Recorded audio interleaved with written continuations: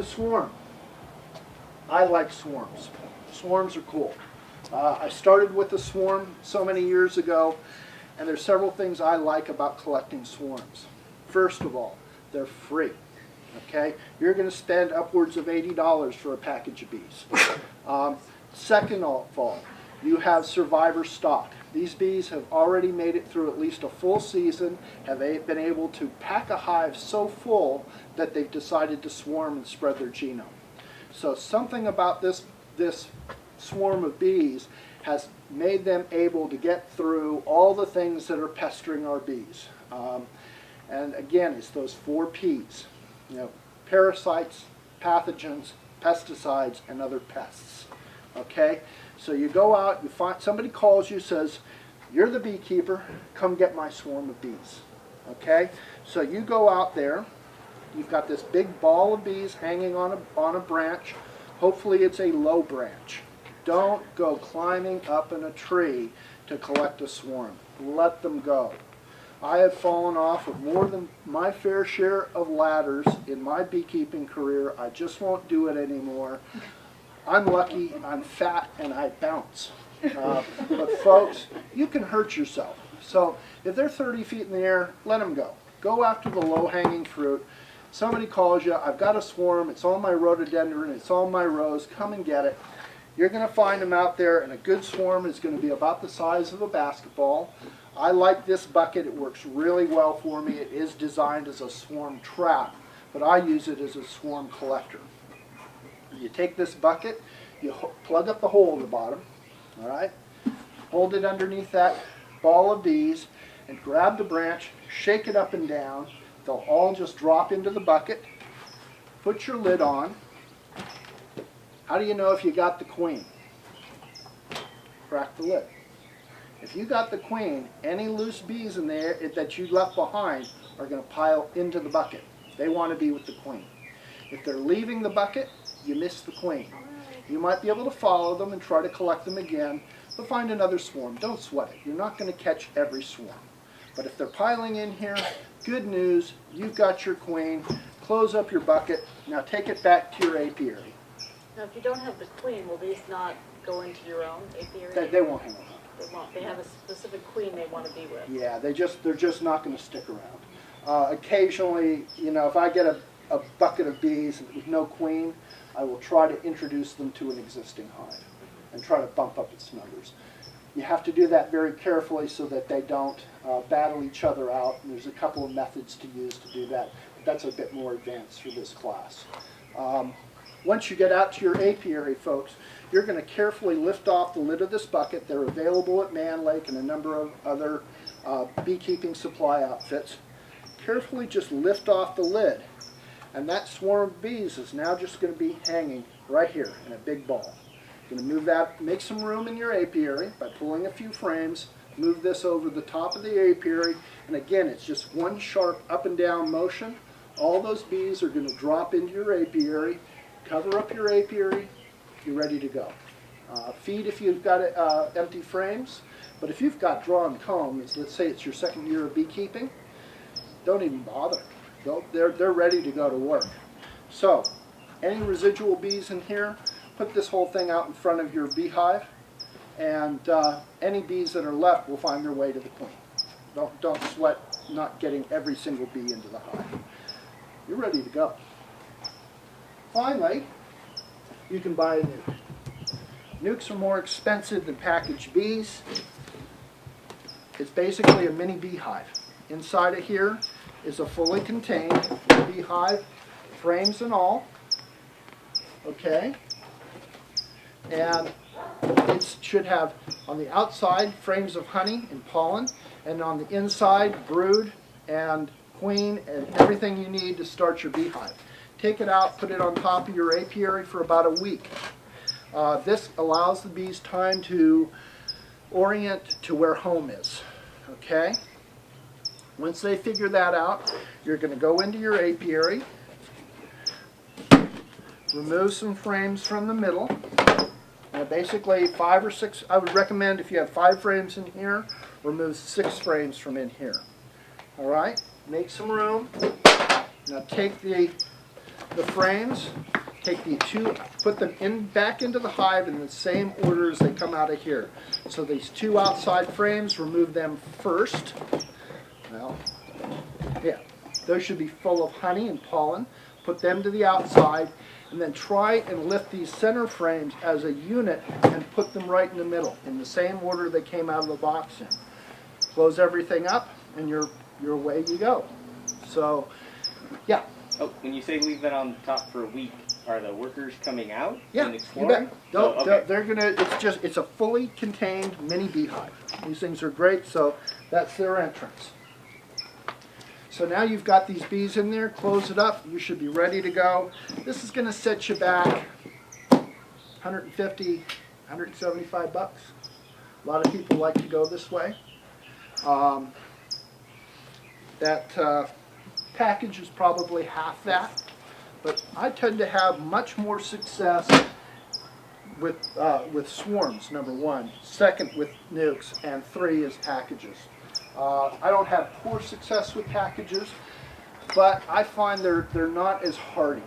I had 2 beehives back here until a week ago, and the hive that died was a package bees. They did great for a while. They were really cooking. But then they got foul brood, and they got a real heavy mite infestation. But my swarm of bees, I can't find a mite in there, and there's no sign of foul brood, and it's right next to the other hive. So you tell me. I really think that by getting survivor bees, by not treating your bees, by not medicating that is, and breeding stock that has survived, Darwin takes over, natural selection is real, folks, and you get stronger bees. So what do you got? You got a box full of bees now. What are you going to do with them? This is where I really like to get people and encourage you to ask questions. You can ask away, or I have ways of getting it out of you. But this is your chance to really, kind of bore in on what you really want to take home today. And like I told most of you on the way in, when we're out of questions or time, we're going to get you all suited up. And we've got a nice, vigorous beehive out here, but they were a little mean today, and I'm really sorry. You doing okay? Yeah, she's all right. Okay. Anyway, so ask away. So when are there too many bees? You know what? Usually in the springtime. And that's what causes them to swarm. The hive really starts to kick into production after the winter solstice.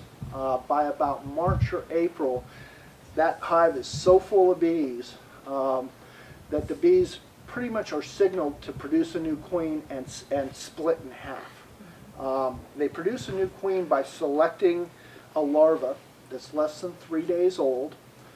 It is a larva for 6 days, so they have to carefully select a larva before it's heading for metamorphosis, and they feed that larva a diet of pure royal jelly.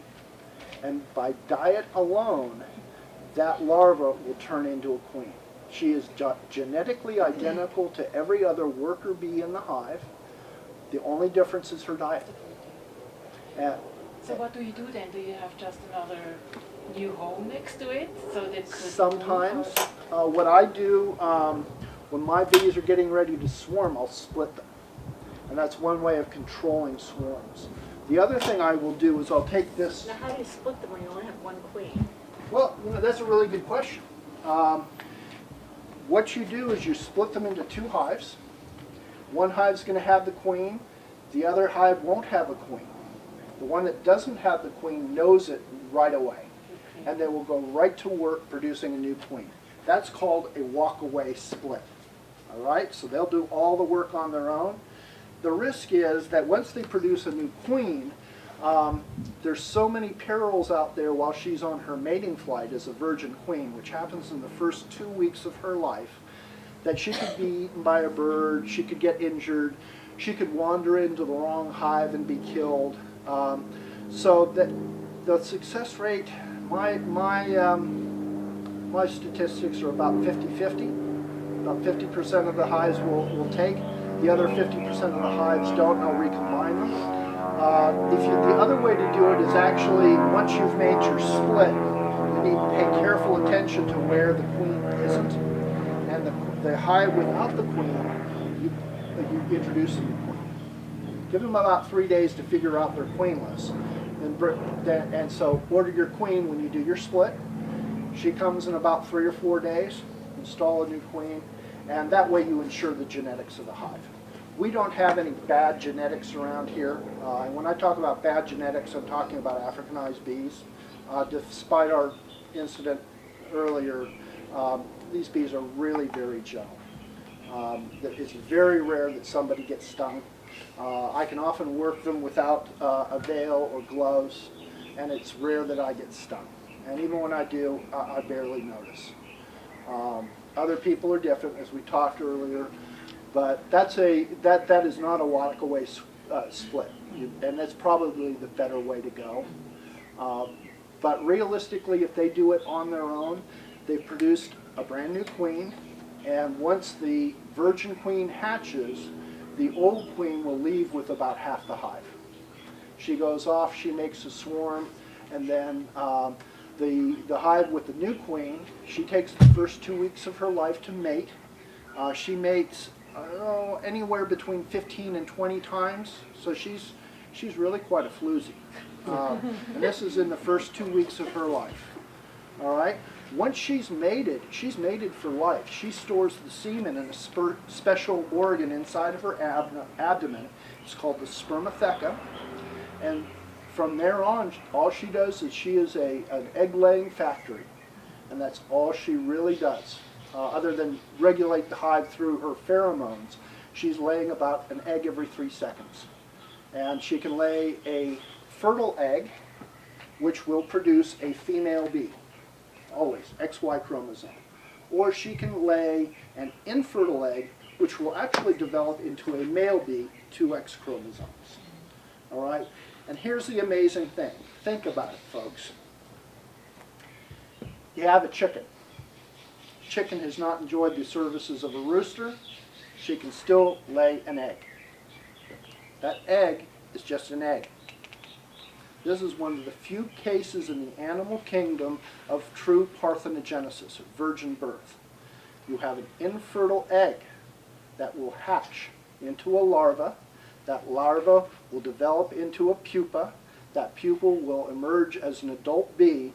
It can only be a male bee, but it's never been fertilized. Similarly, under special circumstances, the worker bees, which are all female, can lay an egg. They can only produce a male bee, and it's only when they've lost their queen and they've gone queenless for usually about 3 weeks, you'll get laying workers. But again, those eggs will hatch, develop into a larva, pupate, and emerge as an adult bee. It is not sustainable.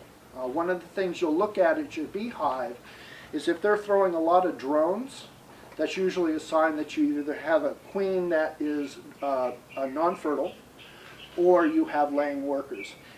In the case of the non-fertile queen, you can replace her with a new queen, or in the case of laying workers, it's a really tough one to correct. You're probably best just to let the hive dwindle, and then when it dies out, start a new hive. You can dump all the bees out in a field 100 yards away. The laying workers technically cannot find their way back to the hive, and you can introduce a new queen. But if you just introduce a new queen, they'll kill her. So laying workers are a tough one, but it's also fascinating. I mean, I don't know. Maybe it's just me. I love my bugs, and I love biology, and there are just not many cases in the animal kingdom where we have true parthenogenesis. It happened in human history, 2011 years ago, 2012 years ago, but it's only happened once, if you're that wired that way. And if you believe, that was the Virgin Mary, folks.